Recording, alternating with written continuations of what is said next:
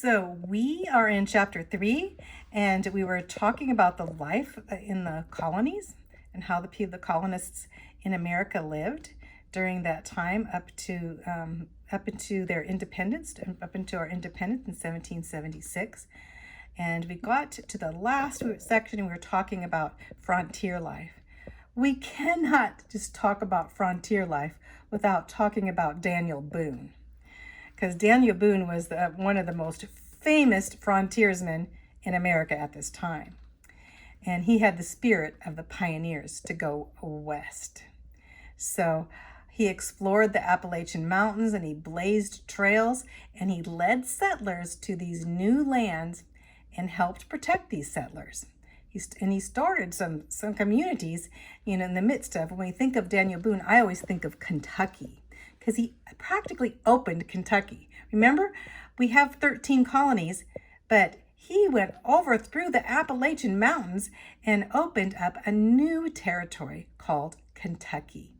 As the pioneers started moving westward, he would trail through these Indian trails and bring the pioneers in so that they could settle in this new land of Kentucky.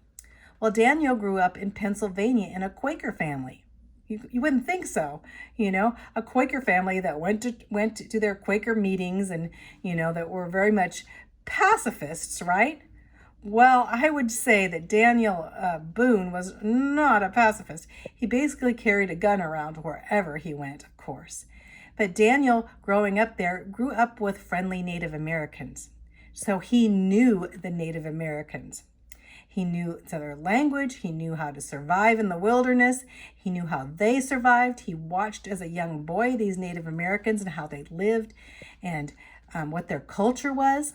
He was familiar with their tribal warfare and, what tribes were warring against each other. And he became a great marksman when he was given a rifle. And he could handle this rifle in such an amazing way. In fact, he was such a marksman that he was given awards when he was young for being able to when they would have, what do we say, competitions, he would always win. In marksmanship, how accurate you could shoot a gun, right? Shoot a rifle. And so he had, like I said, a Native American knowledge of the Native American languages, so he could speak their languages, so he could be a peacemaker in the midst of a very rugged world. In 1769, he led a party into the Appalachian Mountains there, through this native tiny path, and he made it into what's called the Cumberland Gap to Kentucky. So he was a trailblazer, and he called this, it wasn't called the Cumberland Gap at that time, it was called the Wilderness Road. The pioneers knew if they were going to go with Daniel Boone, they were going to go through the wilderness, and there was a chance they might get attacked by Indians, or they might have to live pretty roughly when they got there, because there weren't very many settlers on the other side of the Wilderness Road. But pioneers would flood into Kentucky, and many would be very courageous in coming in and settling. Well, Daniel Boone built Boonesboro.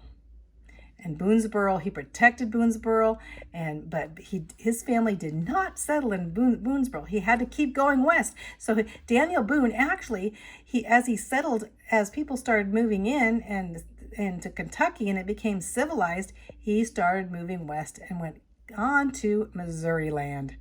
So he was always moving west. That's Daniel Boone.